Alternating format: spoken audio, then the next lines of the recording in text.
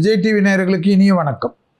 முதல் வணக்கத்தில் ராசி நல்ல ராசியில் மேஷம் முதல் மீனம் வரை உள்ள ராசிக்காரர்களுடைய இன்றைய தினப்பலனை பார்க்க போகின்றோம். இன்றைய நாளானது 10/7/2024 ஆனி மாதம் 26ஆம் நாள் புதன்கிழமை. முதலில் பார்க்கக்கூடிய ராசிக்காரர்கள் மேஷ ராசிக்காரர்கள். மேஷ ராசிக்காரர்களுக்கு பிள்ளைகள் விஷயத்தில் கண்டிப்பாக ஏதாவது ஒரு செலவுகள் முக்கியமாக தேவைப்படும். அதற்காக எல்லா செலவுகளும் செய்துவிட்டு பிள்ளைகளை கடித்து கொதறுவது மட்டும் கூடாது. தொழில் சார்ந்த விஷயம், வியாபாரம் சார்ந்த விஷயம், பயணங்கள் அனுகூலத்தை தரும். பெரிய பொறுப்புகள் கிடைக்கக்கூடிய அமைப்பு. எல்லா விதத்திலும் உங்களை தேடிக்கொண்டிருந்தவர்கள் அனுகூலத்தை தருவார்கள். தொழில், உத்தியோகம், வியாபாரம், படிப்பு சம்பந்தப்பட்ட விஷயத்தில் கோபதாபம் வேண்டாம். பழைய பகைகள் எல்லாம் செட்டில் ஆகக்கூடிய நாள். பதட்டமெல்லாம் குறையக்கூடிய காலகட்டம். எல்லாவற்றிலும் சமாளிக்கலாம் என்ற நம்பிக்கை ஏற்படும். மேலதிகாரிகள், தலைவர்கள் எல்லாம் உங்களுடைய வருகைக்காக காத்திருக்கக்கூடிய நாள். அடுத்ததாக பார்க்கக்கூடிய ராசிக்காரர்கள் ரிஷபம். இரத்தபந்த உறவுகள் விஷயத்தில் மட்டும் கொஞ்சம் கவனம். தாய் வழி உறவு, தந்தை வழி உறவுடன் மட்டும் வாக்குவாதம் வேண்டாமே. தொழில் சார்ந்த விஷயத்தில் அனுகூலம். தொழில் இருந்த தடைகளெல்லாம் கண்டிப்பாக படிப்படியாக குறையிறது ஆச்சரியம். சுபகாரிய தடைகள் நிவர்த்தி கன்ஃபார்மாக ஆரம்பிக்கும். தேக ஆரோக்கியத்தில் மட்டும் கவனமாக இருக்கிறது அடுத்த 8 மாதத்திற்கு உங்களுடைய சாமர்த்தியம். அதிர்ஷ்டத்தின் அளவு பன்மடங்காக உயரும். வெளியூரில் இருக்கக்கூடியவர்களுக்கு ப்ரமோஷன் தடைகள் நீங்கும். தொழிலில் புதிய தொழில் அமையும். அடுத்ததாக பார்க்கக்கூடிய ராசிக்காரர்கள் மிதுனம். தைரியமான நாள். பழைய கடன் ஏதாவது பைசல் செய்யணும்னு பேசிக்கொண்டே இருப்பீங்க.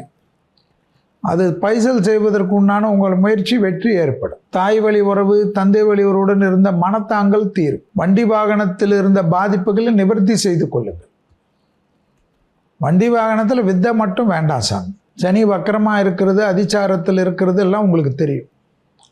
இந்த வக்கரத்தில் இருக்கக்கூடிய சனி எங்கே கொண்டு போய் கவுத்து விடுன்னு தெரியாது. ஸோ இன்னைக்குன்னு இல்லை, இன்னும் கொஞ்ச நாள் ஜாக்கிரதையாக வண்டி வாகனத்தில் இருப்பது முக்கியம். இன்னைக்கு உங்களுக்கு தொழிலில் இருந்த சிக்கல் ஒன்று தீரும். அடுத்ததாக பார்க்கக்கூடிய ராசிக்காரர்கள் கடகம். கடக ராசிக்காரர்களுக்கு யோகம், அனுகூலம். துணை அல்லது துணைவியாருடன் இருந்த பாதிப்பு நிவர்த்தி. ஏற்றத்தின் அளவு பன்மடங்காக உயரும். பூமி சம்பந்தப்பட்ட விஷயம் குறையும். குறையும்னா கஷ்டம் குறையும். வார்த்தைக்கு மதிப்பு குடும்பத்திலையும் காணப்படும், வெளி இடத்துலையும் காணப்படும், தொழில் சார்ந்த விஷயத்திலும் காணப்படும். படிக்கக்கூடிய மாணவர்களுக்கு இருந்த மன அழுத்தம் தீரும். எல்லாவற்றிலும் சமாளிக்கலாம் என்ற நம்பிக்கை ஏற்படும். ஏற்றத்தின் அளவு பன்மடங்காக உயரக்கூடிய அமைப்பு. அடுத்ததாக பார்க்கக்கூடிய ராசிக்காரர்கள் சிம்மம். சிம்ம ராசிக்காரர்களுக்கு தொழில், உத்தியோகம், வியாபாரம், படிப்பு சம்பந்தப்பட்ட விஷயத்தில் அனுகூலம். கொடுக்கல் வாங்கல் விஷயமும் சுமூகம். ஏதாவது பேச்சுவார்த்தை ஏதாவது முறிவாக இருந்தது, தொழிலிலோ கடன் கொடுக்கலோ இருந்தால் சமாதானம் செய்வதற்கு இன்றைக்கு எடுத்தால் நல்லது நடக்கும். பெரிய மனிதர்களுடைய ஆதரவு கிடைக்கும். தெய்வ வழிபாடுகள் அனுகூலம் காணப்படும். தாய் தந்தையருக்கு நீண்ட நாளாக அவர்கள் எதிர்பார்த்த நல்ல விஷயங்கள் நடக்கும். எதிரிகள் விஷயத்தில் இருந்த பதட்டம் குறையும். தொழில் சார்ந்த விஷயத்தில் நல்ல முன்னேற்றம் ஏற்படும். பூமி சம்பந்தப்பட்ட விஷயத்தில் இருந்த பாதிப்புகள் நிவர்த்தி காணப்படும். தொழில், உத்தியோகம், வியாபாரம், படிப்பில் ஏற்றம் பெறக்கூடிய ராசி. அடுத்ததாக பார்க்கக்கூடிய ராசி கன்னி. விலை உயர்ந்த பொருள்களை கையாளக்கூடிய கன்னி கொஞ்சம் கவனம். தனிப்பட்ட முறையில் செல்வாக்கு உயரும். பூமி சம்பந்தப்பட்ட விஷயத்தில் கோபதாபம் வேண்டாம். உத்தியோகம், தொழில், வியாபாரத்தில் அனுகூலம் காணப்படும். பணம் கொடுக்கல் வாங்கல் விஷயத்தில் இன்று கொஞ்சம் அடக்கி வாசிப்பது நன்மை. ஏதாவது முக்கியமான ஏதாவது தர்க்கம் வரும் என்றால் பிறகு பார்த்து கொள்ளலாம் என்று நீங்களாகவே ஃபோனிலோ மெசேஜ் போட்டுவிட்டு நகர்ந்து கொள்வதே நன்மை. மேலதிகாரிகள் விஷயத்தில் வாக்குவாதம் வேண்டாம் ஐயா. பதட்டம் இல்லாமல் இருக்கக்கூடிய கன்னிக்கு நன்மை. அடுத்ததாக பார்க்கக்கூடிய ராசிக்காரர்கள் துலா. லாபம் ஏற்படும். மண்ணு சம்பந்தப்பட்ட விஷயம், கொடுக்கல் வாங்கல் சம்பந்தப்பட்ட விஷயம், பயணங்கள் சம்பந்தப்பட்ட விஷயம், வாகன அமைப்பில் ஏற்றங்கள். கண்டிப்பாக பழைய கடன்கள் பைசல் செய்வதற்குண்டான உங்கள் முயற்சி வெற்றி. வார்த்தைக்கு மதிப்பும் மரியாதையும் ஏற்படும். பதட்டமில்லாமல் முன்னோக்கி செல்லக்கூடிய அமைப்பு ஏற்படும். எடுத்த காரியத்தில் ஜெயம், அனுகூலங்கள் காணப்படக்கூடிய நல்ல நாள். யோகமும் அனுகூலமும் ஒன்று சேரக்கூடிய அதிர்ஷ்டம். உத்தியோகத்தில் காணப்பட்டிருந்த சிக்கல் தீர தீர மனதில் ஆசுவாசம் ஏற்படும். அடுத்ததாக பார்க்கக்கூடிய ராசிக்காரர்கள் விருச்சிகம். எதிரிகள் விஷயத்தில் ஆவேசம் எதுக்கு படுங்கிறீங்க? கொஞ்சம் விட்டு கொடுத்து போங்களேன். அப்படியே உருன்னு இருக்கிறத மாற்றிக்க. இன்னைக்கு தொழில், உத்தியோகம், வியாபாரம், படிப்பு பற்றி உங்களை கிண்டல் பண்ணியிருந்தவங்களே ஆச்சரியத்தக்க அளவுக்கு அதில் நல்ல முன்னேற்றம் ஏற்படும்.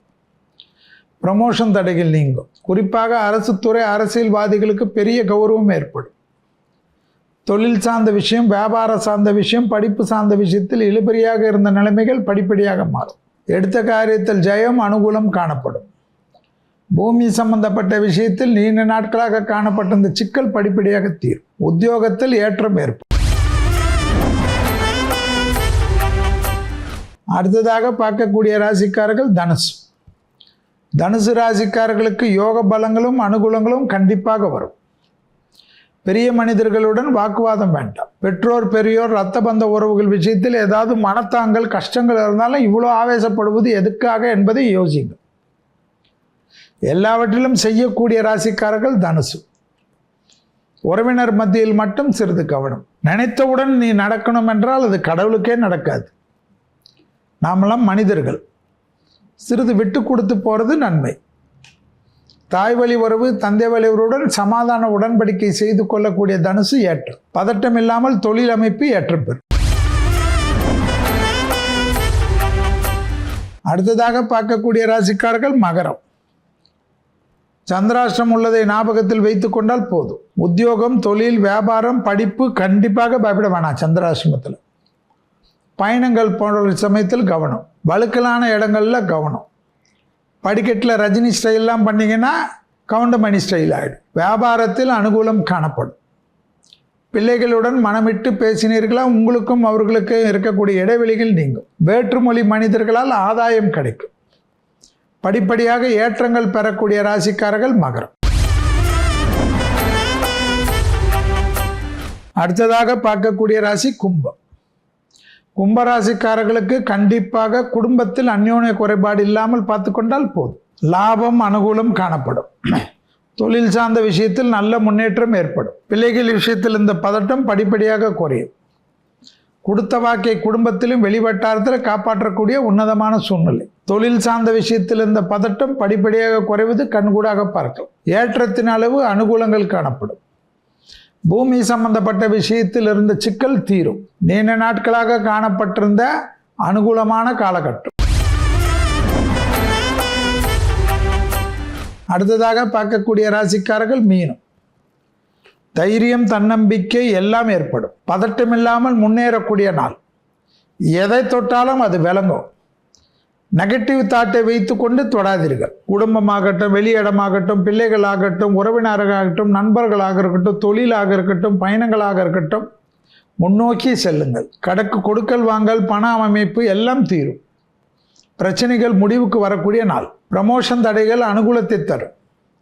வியாபாரத்தில் காணப்பட்டிருந்த சிக்கல் தீரும். கூட்டாளிகளுக்கு உங்களுக்கும் இருந்த பிரச்சனை தீர்க்க வேண்டுமா, முடிக்க வேண்டும் என்றாலும் முடித்துக் கொள்ளுங்கள்.